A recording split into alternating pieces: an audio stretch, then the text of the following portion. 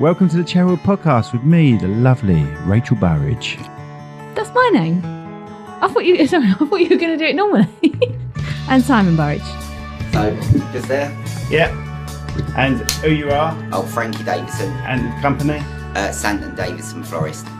Right, brilliant. Thank you. Right, it's a weird one. That's all right. Rachel sorted it out. She's really good at that. So what was the name of the florist? Sant and Davison. Sant and Davison. Yeah. Because I had D&G down. Yeah, D&G was a different company, but we relaunched. We got a business partner, and their name's Sant. Perfect. My name's Davison. Excellent. Right, so before we start, how long do you reckon before that falls off the wall? 5 minutes. 5 minutes, all right, 5 minutes from now. So we're just going to go... Did you put new tape on it? No. Oh, okay. But it's been staying on the wall quite a long time with this new stuff, so I don't know why it's... Actually, that's true. It didn't fall off the wall. So I haven't put new tape on. Oh, okay, I might be wrong. So if you want to now you've got a bit of information you can change if you want. And if you are the closest, you get £100 donated Yeah, it's not just charity. it's not just a little game. All right then. So he's going to take it a bit more 8 seriously minutes. now. Eight minutes, right? Yeah. Okay, 8 minutes. Right, we'll just go to sponsors and then we'll come back. Today's sponsors are DiGiorgio Properties, your premier choice for expert building solutions. From concept to completion, trust them to turn your dreams into a reality. Visit their website today at digiorgiosproperties.com. Dimedici Associates, chartered structural and civil engineers. Based in the UK with a worldwide reach.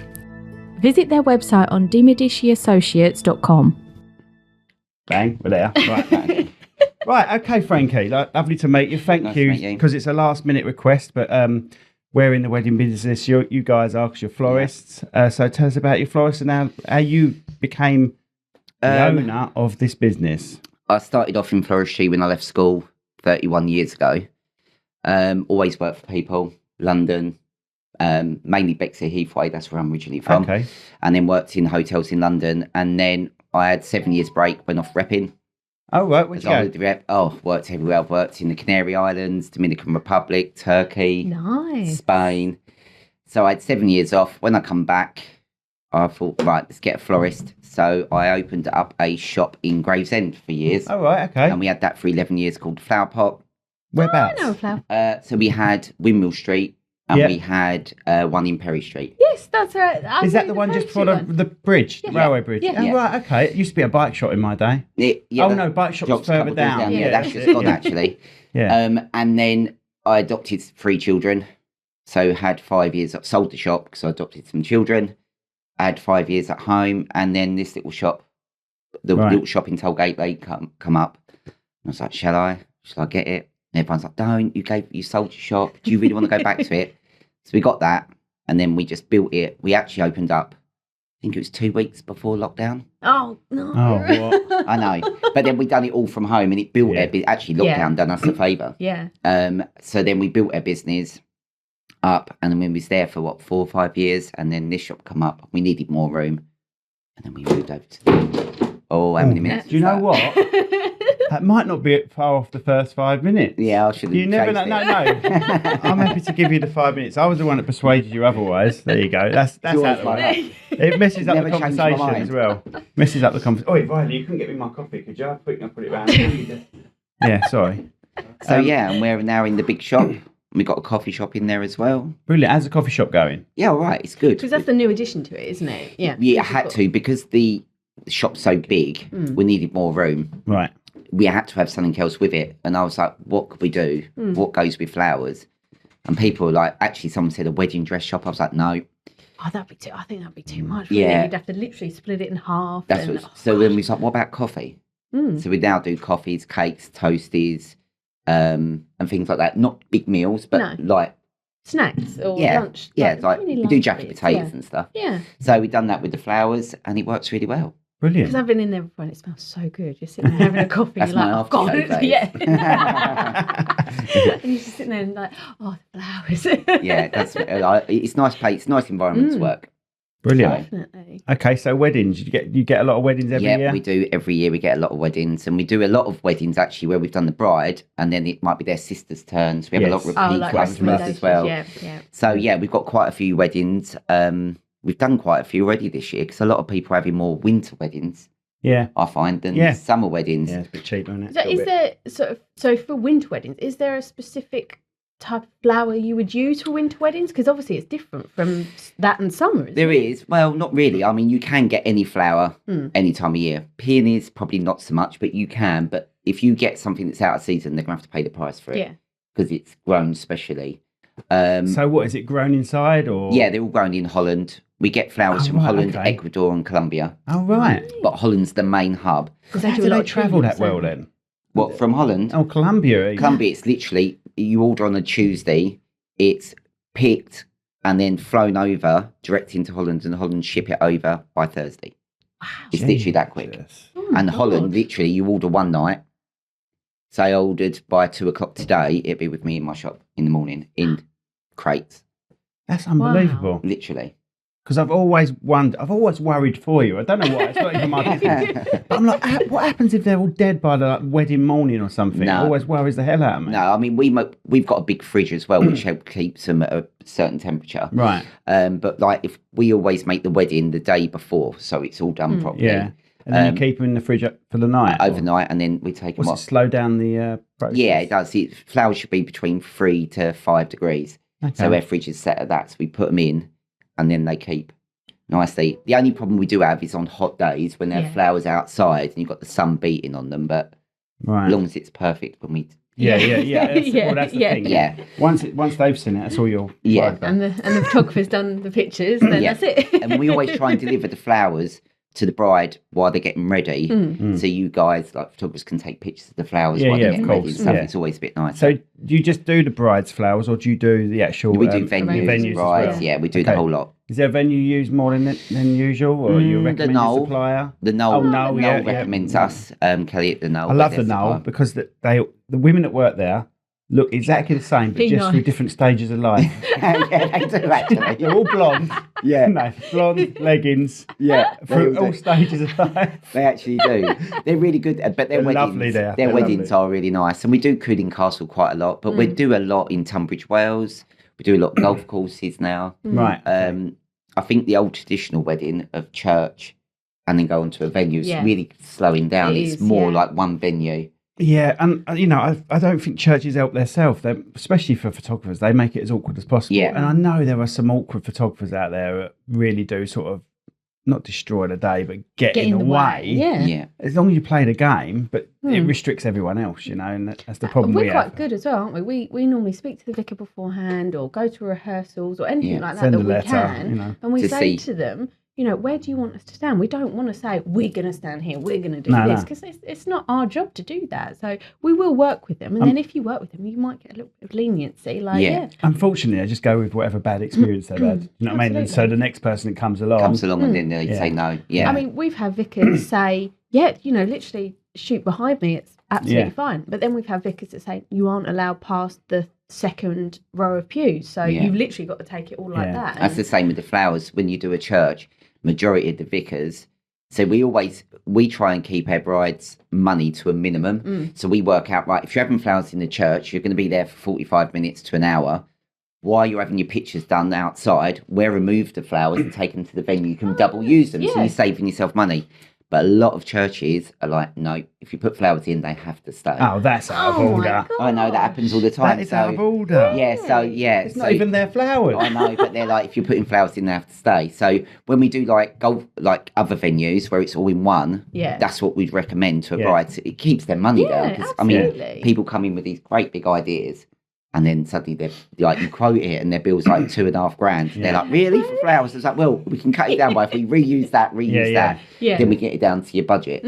So what will you do? Will you go to the venue, go home and then go back and do that for them, or do you hang around? No, generally we would hang around. We'd probably go and sit in the van or just go off and get a coffee. And then we always say when the talkers doing your pictures outside, we're behind the scenes moving. We've done so many where we're running up and down. Sweating buckets, moving it from room to room. But it is normally the big flower display on the signing the register table then gets into the middle of the centre table or the main table where the bride and groom sit. So we've seen that loads of times. Yeah, we've seen the centre used a couple of times. And normally if you have big, we've done one. Where was it? Can't remember where it was. It was last year, and they had these big posy arrangements on stands going down the aisle, and there was 20 of them, and we had to I think it was 45 minutes, but it was from one end to the other end, and it took about 10 minutes to walk there, and we were running up and down. I've got all the staff at the venue helping us. It was and as we finished, everyone come back in.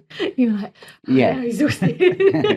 because Chilston Park, they do that as well, don't they? And they've sort of got, again, similar situation where you have to take it one end to the other. Yeah. And we have one venue we have one company do that, and it was literally like they'd done all the stairs and everything like that for really nice pictures, but the actual flowers in the room, again, similar situation. They had to take all the way down the other end because they had their reception dinner in a completely different place. So have you done Chilston before? Yeah. It's quite sort of, there's loads of different rooms, loads of different options, isn't there? Yeah.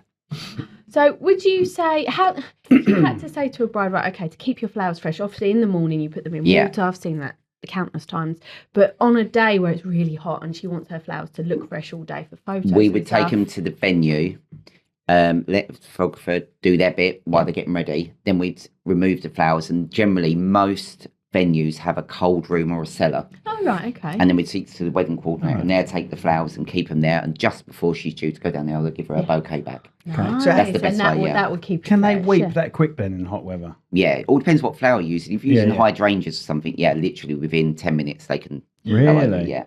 Blimey. So would you try and steer people away if you know it was going to be like a summer wedding? If they ever chose a flower and go, I want this set, and you're like, Yeah, we did. We done, what's it in Mepham?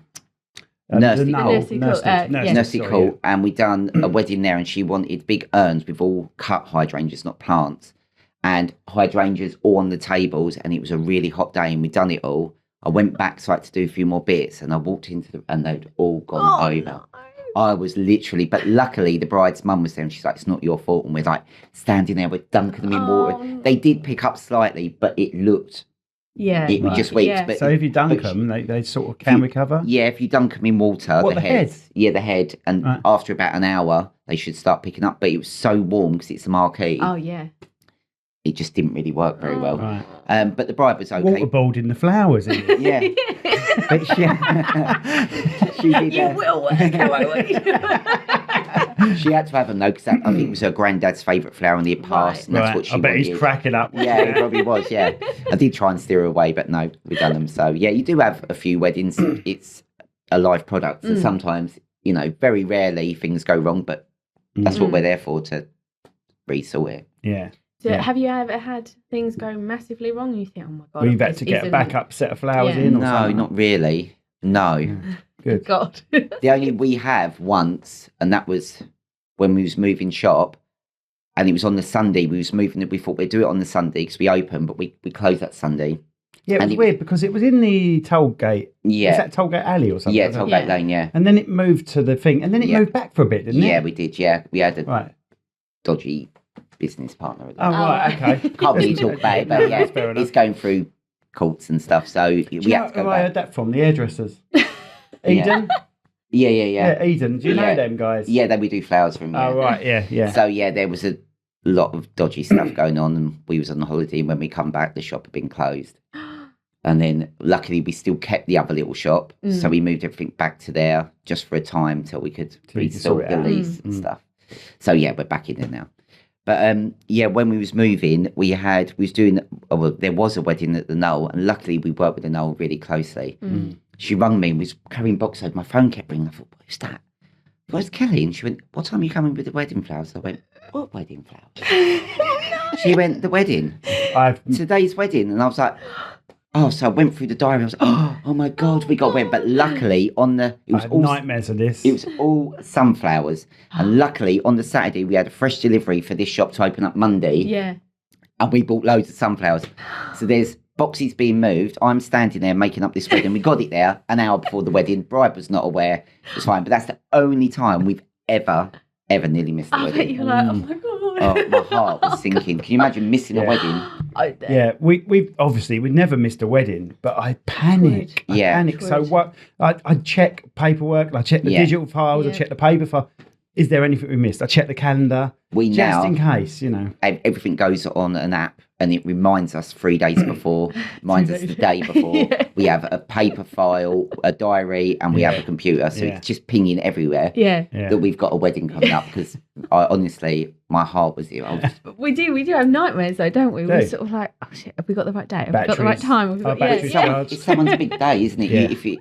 If you do one, you can't get it back. No, absolutely. So it's got to be perfect.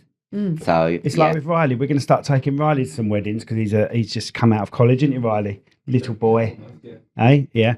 And but the thing is, I know he can film. Yeah. But can he deal with a breakdown or a camera going down and quickly replacing something there and then? Do you know what I mean? That's what they've got to learn. What he's got to learn. The backup. Do you not think if you only learn that, you experience it going wrong? Yes. Yeah. Yeah. I think everyone has to make a mistake to get their experience and everything. Yeah, but there's ways of experiencing it. There's have 2 cameras just in case something goes wrong. You know what I mean? I've had cameras fail on me, but I've had another 2 filming the ceremony or the speeches. I had a camera fail on me last year, halfway through speeches. Battery failed. It said it was 90%, and then all of a sudden went to 0, and it failed. How do you cope with that then? I had another 2 cameras filming different angles. Yeah. And there was I quickly I always have another battery in my pocket. I quickly swapped it over, put it in, carried on recording, but just use the other 2 angles while that. And there's always like memory cards. Like you think, I've formatted them, I've done all that, cleared them. And then one completely went down on you, didn't you? Yeah. And you had to literally get on the internet and pull the files off physically. That was the same. Because the battery ran out, it hadn't created the file correctly. So I had to go on the internet and pull it out, and I got it back, but without sound. But when it comes to speeches and ceremonies, I have 6 mics recording as well. Right. So every camera's got a mic, so I've got at least 3 cameras on it, and then a couple of nearby microphones in there. You don't realise what goes into it, because obviously not being a photographer, you don't realise. You think, they're taking pictures and filming, and that's it. But I suppose at wedding fairs, people say to us, "Oh my God, you charge this much for one day?" And we have to say to them, "It's not one day. It's the editing literally the tip of the iceberg." You know, and some people like DJs and stuff, they say, okay, we've got your booking, turn up, do their job, go home. With us, it's the meetings beforehand, the prep beforehand, the day beforehand, charging all the stuff. I'd love to be a DJ. I'd love to be Raf. Do you know Apollo Funk at all? No. Raf, he looks like little Danny DeVito bloke. No. Oh, he's a friend of ours. He's a DJ. And it's amazing. He has like 6 events in a weekend. Yeah. People everywhere. But once that's done, it's done. Isn't it? Yeah. As long as that's they're the happy difference. and maybe a feedback form. That's it, really. Whereas we go home and then have to upload everything that night to make sure it's on the computer and then backed up and then editing for 3 or 4 weeks. You don't realise how much is involved. No, and it is quite stressful. So. Have you ever had any weird requests for flowers and you've thought, really? You want that? Or at a wedding or a bouquet? Mad Hat's tea party. Oh, right, okay. I would love to do something like that. And then we had, is it Shallow? Not Shallow How? Shallow How? No, is it the... Yeah. Shallow How is that Headless Horseman one. Yeah, we've done the wedding like that. That's Sleepy Hollow. Yeah. Oh, Sleepy Hollow. Yeah. Shallow How is the bloke who leads the woman, I knew what he was on about. Sleepy Hollow, Sleepy Hollow, we've done that. Yeah, we've had some really dark weddings, and then we've had some really. But you've had Nightmare weddings. Before Christmas stuff. Yeah, loads of that. There's a lot of that when you do an autumny wedding. Some people want that sort of thing, but the Mad Hat's tea party was really good. And we made big flowers. We made all the hats.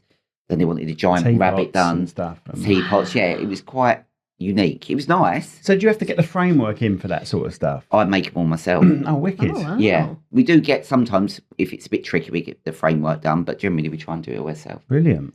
Yeah. So it takes time.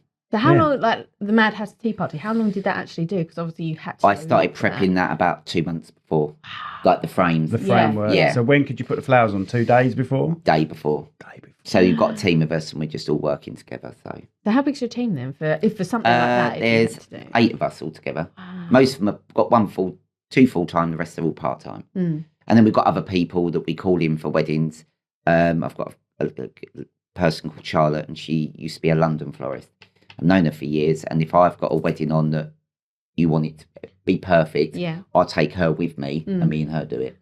So the other girls are really good at floristry and they're amazing florists, but wedding work they get a bit nervous with, so I pull the right team in to do the right things. Yeah, I think you have to have a good team. Yeah, you do. So that's the people you know can perform on a day, people as well.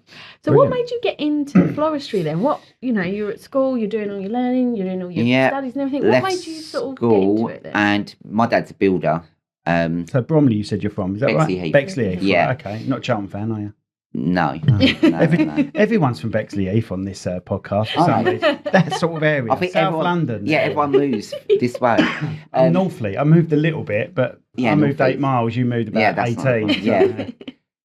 My dad used to work in Covent Garden when he was 18, 19. Then he became a builder, and I've got 5 brothers, and they all work for him. And my dad said to me, "What do you want to do?" And I said, "I don't know." He went, "Well, my friend's got a florist shop." I went, "I don't want to be a florist." He went, "Well, just work there until you find what you want to do." I started there, didn't really like it the first week, but after that I found everything really natural, and I was good at it, and it just went from there. And then I just carried on working in floristry, and now I love it. And so you must have to think quite quickly with like upcoming trends and what. Yeah, we're always searching trends. We don't change much, do you, trends? All the time, every summer. Right. All year, trends are totally different. I wonder what influences these couples. Like, say for instance, like our first dance, it'll be obviously something in the charts or in Ed Sheeran or something. What influences them with flowers? Something they've seen on clothes fashion. Right. The colours of clothes, trends, that way, all things. Yeah. So dried flowers, you must see that a lot has come back in from the 70s and 80s. Dried flowers were massive. They went out of fashion. Now they're back in fashion. They're slightly going out again now. It's like pampas grass for like 3 years was back in fashion. Pampas grass. Yeah. It's upside down pineapples, apparently. I'll tell you what, we moved into our house in Strood, right? Yeah. And the front garden, sorry to jump in, front garden had this biggest ever pampas grass, and it went past that bedroom window. We moved in on a Friday. I had it out by the Saturday. Yeah, honestly, it wasn't actually in the ground by the end. It was fertilising itself on its own dirt. It was above the ground by a metre, where it had been left to sort of. And there was one pampas grass that was in the ground. Everything else was seeded on itself. And we were cutting it up like cakes. Yeah. Honestly, it's the biggest load. Could have sold that. Yeah. Could have made £100 for weddings. You're joking, really? About 2016. Oh, no, it won't. I shouldn't ponder on it now. But the neighbours loved us straight away because it blows all that stuff down the road. Yeah, it does, So we were like the heroes of the clothes, weren't we? Yeah, because they've been putting up with this pampas grass for years, and I was like, we can't have that because that's a swinger thing, isn't it? Yeah, it is. It used to be if you have pampas grass in your garden, you used to cast a swinger. Now it's upside down pineapples. Trolley, Yeah, so that's what we replaced it with, an upside down. Just on the drive. I liked you. I did. People wear a necklace, didn't they? Apparently, I was watching the show about cruise boats, right? And apparently, there's a lot of people when they're on the cruise ship, the staff were saying if you see an upside down pineapple, he went looking for them and he saw 4 on this cruise ship. Oh, really? Yeah, it's strange. Because isn't that for a shopping trolley thing? You did it. That was the original thing. Yeah, now they do. That's what we do it for, isn't it, Rach? He's got you a necklace. I'm not wearing it today. But my tattoo on my arse. Yeah. She's got pampas grass coming out the crack of her arse.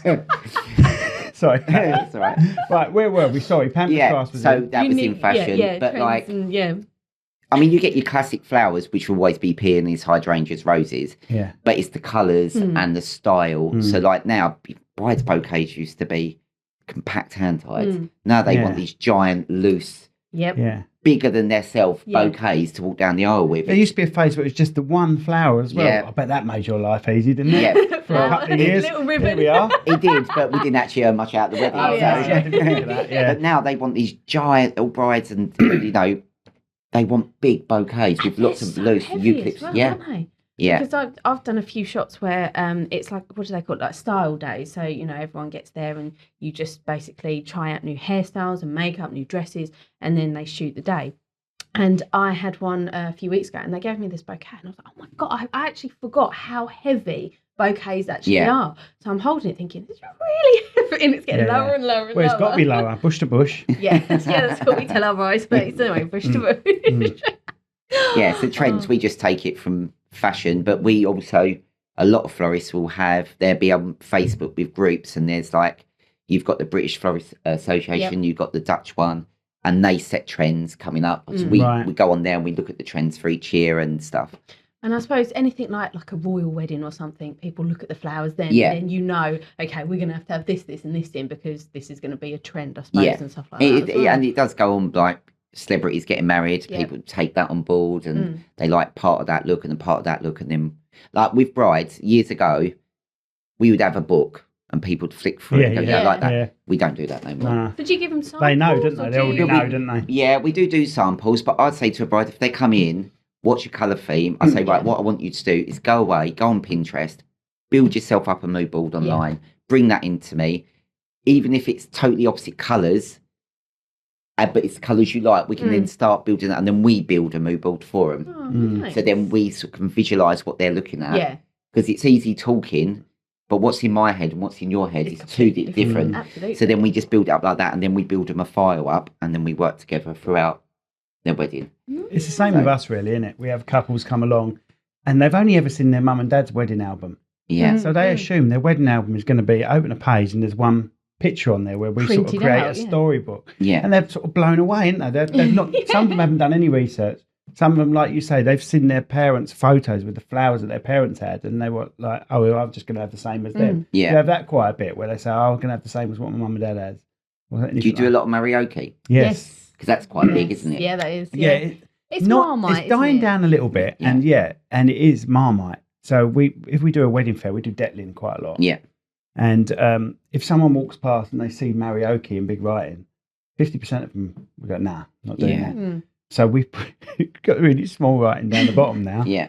Because, we don't just do karaoke. No. But karaoke can be fun, but you've got to have the right audience or the right... Yeah, well, my brother had karaoke at his wedding. Yeah. It was good. Yeah. But when I saw the video, it just took so long. Yeah. The whole day. Because we had to pull bits out. Everyone, like groups, had to go out for the day. And it was literally the whole day and the evening. Because with karaoke, we try and work together, get it done by... we? We try and get it done by first dance. And then we try and spend an hour on those lines. We don't want to bombard. We don't want the day with people only thinking of that song. Yeah. And that's the hard bit. And we try and talk the DJ or band or whoever we've got into doing it as a second dance. So you've had your first dance, then the first upbeat, everyone on the dance will be the song karaoke. will be that one. And that will fill the gaps. On, and then, that's like the gap filler, isn't it? Yeah. But it is hard work. I mean, editing it is... Obviously, that's your job, but it's sort of laying out the track and just it's piecing it together like a jigsaw, isn't it? I was only in it for a couple of minutes. Obviously, I can't dance. And like, no, skip, take him out. I was like, I'm not even in it. Just one little clip. But the amount of people that don't know the lines either, like they'll pick a song right now, like, oh yeah, I love this song, and then you'll say, please tell your guest this is they know song. the chorus. Listen to it, yeah. and then you get to a bit, and they're like, "Oh, I don't know." They have no idea about verses. They know the chorus of everything. Yeah, everyone does. But then the verses, they've got no idea. But the editing of a karaoke, I find quite easy because I try and edit it literally a day after I've shot it because so it's clear in my head. Yeah, but it's all the prep beforehand. Yeah, having an idea. It's making sure every line has been covered a couple of times and things like that. So the day's harder. And at the same time, I'm filming. Sometimes I do it by myself. Sometimes I get an extra person in with me. But I'm filming a normal video at the same time. Yeah. You know what I mean? But when we work together, if I know we're doing karaoke and all the group shots, I'll then say, okay, right, you've had your group shot, go over to Simon, and then it's easier that way. It's a bit slow that way, isn't it? So I'll then because we're husband and wife, we know how to work together. So she, like you say, she does the groups. She sends them to me, and then they're done. And while they're doing the groups, while they're waiting for this uncle who's having a piss, we get them as the group set up to sing the chorus or something like that. Yeah, so it's quite planned quite well. I think it has to be, otherwise it'll just. It can be. And they can be a hard slog as well, isn't it? If you've got, because we had one by Fresh Prince, didn't we? And it was literally like 3 pages. Shake the room. Yeah, 3 pages long. We're looking at it thinking, oh my God, this is going to take forever. It's rapping. None of them know the word. Yeah. So we're like, right, do you know the word? No. Okay. But so because they're getting it wrong, I'm really taking the piss out of them. Yeah. You know what I mean? What's wrong with you? And they're laughing. And they're getting more and more relaxed. So every time we record it comes out better. Yeah. And we've got the music on. Do you have to re-record if it's not taken right? You have to make them do it again? Because my brother's one, he was just literally sing your line, off you went. We tend to not. They seem to, only if they're up for it. Yeah. Like there was a bit where there was 2 twins and we were getting, there's a line, something like, I'm Dr. Jekyll and this is my Hyde side or something like that. And they kept messing it up. but it was funny that I was messing it up. So I was going, again. You know what I mean? And everyone was cracking up. And then they were really up for their line afterwards. You know what I mean? So, and it was in between like the bride and groom had just got married. They've just had all their group photos and they're waiting to sit down. It was at Cooling. They're waiting to sit down. So they got this time anyway. It didn't matter. They were fine. You know, they were really up for doing it. It was either that or they'd eaten, and there's usually a bigger gap between eating and having the first dance. You know what I mean? Yeah. And they were up for it. They'd all had a few drinks. You know what I mean? I think that helps when you've had a drink. You've got to play the situation by ear, really. Yeah. You know what I mean? So there's been times when I've just got grandparents to say, "Can you just say this line to me?" And they say the line, have no idea. And then I'll speed it up, slow it down, lip sync it on the computer. You know? I think you've even put in there the groom. There was one that you did that the groom didn't want to know at all, did he? He was like, I don't want to do this. I'm really scared in front of the camera. And so in the speech you filmed, he said literally a line from the song. So you used that in the line, didn't you? You said something about friends being always together or something like that. And that was literally a line from the song. I can match that. The lips sound similar to, lips look similar to what I need on the... it's all clever stuff, isn't it? It's behind the scenes that you don't actually... Like floristry, I have no idea. I literally go and pick my flowers, think that's nice. I'm still amazed. I like that. I'm still amazed by how quickly you can get flowers over from other countries. Yeah, it's just, it's changed from years ago. You used to have to go up to Covent Garden at like 3, 4 in the morning. Oh, right, so it all went from the, wherever it's still there, but it's a shame people don't use it, but it's convenience. We go online, everything's there, the freshness, the quality. You can buy different grades of flowers, so you've got the same flower but on different grades, and it all goes by the length of the stem. Oh, right, okay. So the taller the stem, the more you pay. Right, okay. So if you're making a frame, you don't really need a long stem, do you? No, so you can go for the slightly... No, but sometimes if you buy the shorter stem, the heads are smaller. Right. So you can look at the head size. Yeah, there's loads. There's head sizes, especially on roses. Different. White roses, there's probably like 2,000 different types. Imagine the land these people have got to grow all this stuff. Have you ever been to Holland? You've seen them in Holland, haven't you? Like I have been to Holland. If you go to the markets out there, Aalsmeer, it's not people, it's all machines. Yeah.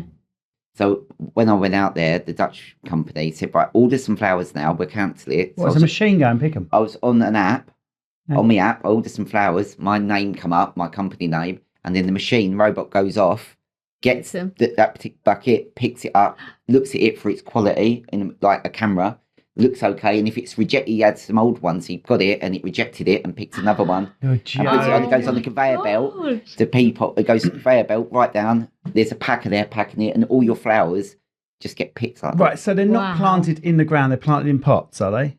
No, in the ground. No, So it's picking them. These have already been cut and picked. So basically, that's in Holland. In Ecuador and stuff, it's all generally roses, Alshamere and stuff like that. That will literally be cut, wrapped, blown over. Wow. Jesus. Yeah. Amazing. See, I wouldn't put any thought into that. I wouldn't even think of that side of it. It's amazing. Yeah, and that's one florist. Imagine how many florists there are, and that's happening. Yeah. The flowers that are traveling. The flower industry is the main industry in Holland. That's their biggest industry they got. Wow. They cover the whole world, America. So all the main flowers generally go into Holland and then go from the world. It's like a bus, if you have buses and they all go to one depot and it goes out from there. That's what happens across the whole world. Wow. That's amazing. It is amazing. And then we're tiny little companies. The thing is, it happens with every other item, but because it's flowers and you've really got a time frame with flowers, it amazes me. Yeah. So are there any flowers that you absolutely love working with? Is there one type of flower, like sunflowers or anything like that, when someone comes in and says, I want a bouquet of that, you're like... Peonies. Peonies and tulips. But it changes each season, because when it gets to autumn, I love all these berries and all the stuff like that. So really, it varies. Don't think there's one particular flower that I love more than the other, really. Do you have a really nice Christmas tree at Christmas? I have all flowers over your Christmas tree. Yeah, I do, yeah. What, at home or at the shop? At home. Oh, right, okay. And at the shop. Do you have a lot of flowers at home? Or are you sick of them? Do you know what? Hairdressers have got messy hair. Have you got no flowers at all at We've home? got no photos. My garden, I've got a lot, but generally, do you know what? When the customers come in, I go, to keep your flowers lasting long, you need to change the waters every couple of days, like we do in the shop, blah, blah, blah. I take some flowers home, and do you know what? If you look at the vase, it's like mouldy green water in it, and the flowers all limped over, just because you can't be bothered. So I used to take flowers home, not so much now. No. Are you a gardener? Do you have a nice garden? Yeah, yeah, I've got a nice garden, but I don't do it. Oh, right. I get people in to do it. But it's nice because you can say, well, I want that, and that. Yeah, I've got all nice plants, but all my grass is artificial. Yeah. Just easy. Yeah, I know it's maintenance. Yeah. So do you have anything in your garden that you grow that you would use? Because I used to have, what is it called? That tree with the thingy tree. What did I have in Mepham when I had that big tree? What, cherry blossom? No, I'm not I going to don't know remember. what I don't even know why I've said this because I'm never going to remember what tree.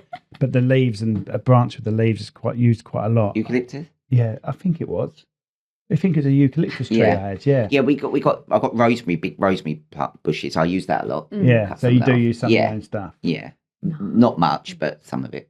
So if my lovely husband bought me a bouquet of flowers, never gonna happen. But find out your husband first. And they give you that little sachet of food. Yeah. Do you put that in there? Yeah, you meant to, always. Yeah, okay. But if you haven't got any, a little bit of bleach. Oh, tiny bleach. Little bit of bleach, yeah. Okay. That's a tiny little bit. That's a tip and a half, that is. Yeah, it's because all it is, the bacteria in the water goes up the stem and kills the head of the flower. Right. So by the little bit of bleach, it lessens the bacteria. Give me an idea of a little bit. One drop of bleach. Yeah, like a teaspoon. Yeah. Half a teaspoon. Okay. Half a teaspoon of bleach and then in you've your got flowers. like a vase this big, I would say, sort of that round. Yeah. Okay. About 30 centimetre vase, 40 centimetre vase. Yeah. And just change your waters regularly. Because Mr. Muscle. Yeah. The flowers will come out like that. So, like, I know, like with roses, they say like cut the stems open at the bottom, and any of that any useful? Yeah. Or? Oh, okay. So, like, if your roses cut them at an angle, so 45-degree angle, so when the stem is sitting on the base of the vase, if it's flat, if you cut it flat, it's drowning it. It's not going to drink up properly, but an angle. An angle, right? Hydrangeas, if they go over and they go floppy, take them out, cut them at an angle, put them in boiling hot water for 10 minutes, take them out, put them in cold water, or run the heads under the tap. Yeah. That picks them up. Boiling hot water? Yeah. You'd think that would wreck them. No, what it does, there's always, when you take flowers out of water and you wrap them in paper, you're taking them home, they can get an airlock. So the cold water can't get up. So by putting the hot water, that shoots up stem and releases it and disperses that. It's almost like unblocking a boiling water, the reason it's bubbling, it's releasing its oxygen. Yeah, so I suppose the hot water helps it. Yeah. Oh, 10 minutes, boiling hot water. Do you want me to write all this down? These are good tips. We're going to have little snippets of these to put out. There's loads of little tips like that. Well, go on in. Roses never dip their heads underwater because they go mouldy. The best thing with them, again, is boiling hot water. Gerberas, they go floppy quite quick. What you should do is put a thin wire round. Yes, yeah, I've seen weddings, I think. Yeah, and cake. I think our cake had them because we had. They just got a soft stem, though, haven't they? Yeah. And tulips, sometimes you can get them, and tulips is one of the only flower that carries on growing without a bulb. Oh, right. So if we're doing a wedding and we're doing an arrangement with tulips, spring wedding, if you make it the night before, you can come in and then they've grown and gone out of shape. The best way to stop them doing it is get a little pin, top of the head through the stem, make a little hole, it stops them growing. Kill its brain. What? Yeah. Oh, basically. It just stops them growing. He's evil, isn't he? He's waterboarding them. Killing their brain. Stabbing them in the head. Wow, I didn't know that. I'm going to have to go home and do all this now to make them look nice and fresh and everything. Yes, quite a few tips. Wow. Brilliant. Thank you so much. I'm going to definitely come up with all my tips and say, Mum, I was told you have to do this, this and this. Wow, thank you. Yeah. Thank you for coming on last That's minute. all right. Really enjoyed you being here, actually. So what details do you want to give potentials? Email address? Yeah, our email address is... do you know it? Yeah, I do. It's info@flowersbyfrankiedavison.co.uk, or come and see us in Strood High Street. Come and grab a coffee. And the shop is called again? Sant and Davison Florist. Say it again. Sant. Sant. S-A-N-T. Yeah, and Davison, yeah. Florist. Sant is my business partner. Right. She does more the coffee shop side. Okay. And I do more the floristry side. Do you know what? We might have a bit of lunch up yours in a minute. Yeah. We're starting the way to give away takeaway menus soon, so we'll be able to... Oh, right. So you're going on Just Eat and things like that? Or don't know. I don't know. I've just been told. That's what you've been told. Yeah. I just get told and I do. Yeah. That's for food, not flowers. And flowers. You could do that with flowers. Yeah, flowers. Well, we do deliveries. deliveries. Of course they do. It's true. Yeah. It's Just Eat. There's us thinking we've just come up with an idea where you can deliver flowers, Rach. Yeah, we do. Morons. Actually, we might look at putting flowers on Uber. Overflow, yeah. So people can just order it on their app rather than... That's a good idea. Husbands that forgot anniversaries or something, yeah. We can always deliver an upside down pineapple. My anniversary is my birthday. How can I forget that? The same birthday? Didn't you forget? Yeah, not really. Don't forget, but it's do good I? because on his birthday I'll get a present. Right, mate. Thank you so much. so much. Cheers. Thank you Very very nice much. to meet you. Thank you. There we go.